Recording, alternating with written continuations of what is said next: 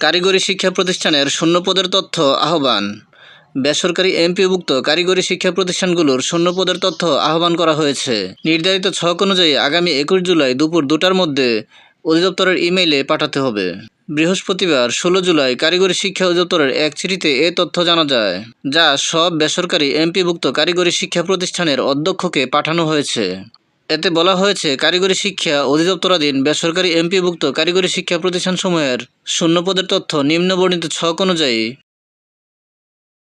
জরুরি ভিত্তিতে আগামী 21 জুলাই দুপুর 2টার মধ্যে এ দপ্তরে হার্ড কপি ও সফট কপি ইমেইলে পাঠানোর জন্য নির্দেশক্রমে অনুরোধ করা হলো। ছকে যেসব তথ্য দিতে হবে: প্রতিষ্ঠানের নাম, প্রতিষ্ঠানের ঠিকানা, এমপিও কোড, প্রতিষ্ঠান এমপিওভুক্তির জিও তারিখ, প্রতিষ্ঠানের ধরন সংযুক্ত/স্বতন্ত্র, প্রতিষ্ঠান প্রধানের মোবাইল নম্বর, বিষয় অনুযায়ী শূন্যপদের তালিকা বিবরণী, শূন্যপদের তালিকা বিবরণীতে ক্রমিক নং, পদের নাম, শ্রেণী বা গ্রেড, মঞ্জুরকৃত মোট পদ, পদে কর্মরত এমপিও ও নন এমপিও জনবল, শূন্যপদের সংখ্যা, মন্তব্য ও প্রয়োজনীয় যোগ্যতা।